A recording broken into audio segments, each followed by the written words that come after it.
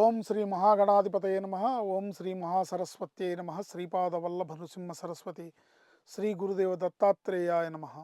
మర్కటేశ మహోత్సాహ సర్వశోక నివారక శత్రూన్ సంహార మాం రక్ష శ్రియందాపయవో హరే. అసాధ్య సాధక స్వామిన్ అసాధ్యం తవ కిం వద రామదూత కృపా సింధు మత్కార్యం సాధయ ప్రభో. శ్రీమాత్రే నమ. శివాయ గురవే నమ. సంతోషం భక్తి ప్రేక్షకులకు స్వాగతం.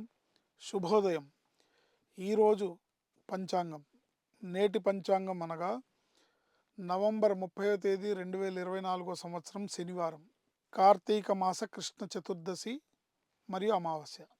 ఈరోజు సూర్యోదయం 6 గంటల 33 నిమిషాలకు, సూర్యాస్తమయం 5 గంటల 36 నిమిషాలకు. తిథి కృష్ణ చతుర్దశి పగలు 10 గంటల 27 నిమిషాల వరకు. తిథి కృష్ణ చతుర్దశి పగలు 10 గంటల 27 నిమిషాల వరకు. తదుపరి అమావాస్య. నక్షత్రం విశాఖ పగలు 12 గంటల 31 నిమిషాల వరకు. యోగం అతిగండ యోగం సాయంత్రం 4 గంటల 40 నిమిషాల వరకు. కరణం శకుని కరణం పగలు 10 గంటల 27 నిమిషాల వరకు. తదుపరి చతుష్పాత్ కరణం రాత్రి 11 గంటల 7 నిమిషాల వరకు. అమృత గడియలు రాత్రి 3 గంటల 9 నిమిషాల లగాయతు 4 గంటల 52 నిమిషాల వరకు. దుర్ముహూర్తం ఉదయం 6 గంటల 33 నిమిషాల లగాయతు 8 గంటల 1 నిమిషం వరకు.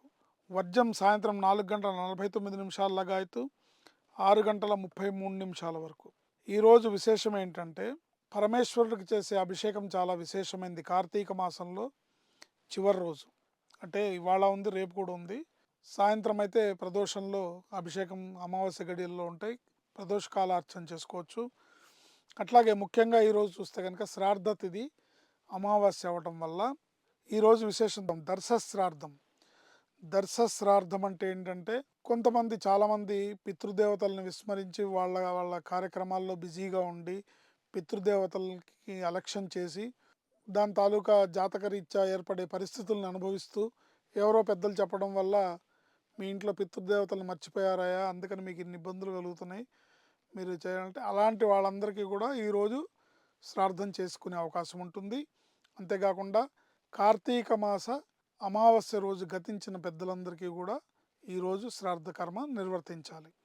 శ్రాద్ధకర్మ నిర్వర్తించడం ద్వారా మాత్రమే మన వంశాభివృద్ధి జరుగుతుంది, గోత్రాభివృద్ధి జరుగుతుంది. ఈరోజు పఠించాల్సిన మంత్రం మర్కటేశ మహోత్సాహ సర్వశోక నివారక శత్రూన్ సంహార మాం రక్ష శ్రియం దాపయవో హరే.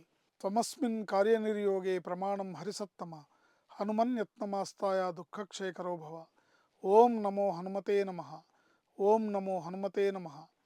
ఓం నమో హనుమతే నమః అనే మంత్రాన్ని జపించుకోవడం ద్వారా అన్ని రకాలుగా కూడా జాతక రీత్యా ఏర్పడే గ్రహ బాధలు, ఈతి బాధల నుంచి బయటపడి గ్రహశాంతి లభించి చక్కటి ఆయురారోగ్య ఐశ్వర్యాలని పొందగలుగుతారని చెప్పడంలో ఎటువంటి సందేహం లేదు. ఈరోజు రాహుకాలం ఉదయం 9 నుంచి 10:30 వరకు. ముఖ్యమైన కార్యక్రమాలు శనివారం నాడు ఉదయం 8 వరకు దుర్ముహూర్తం ఉంటుంది.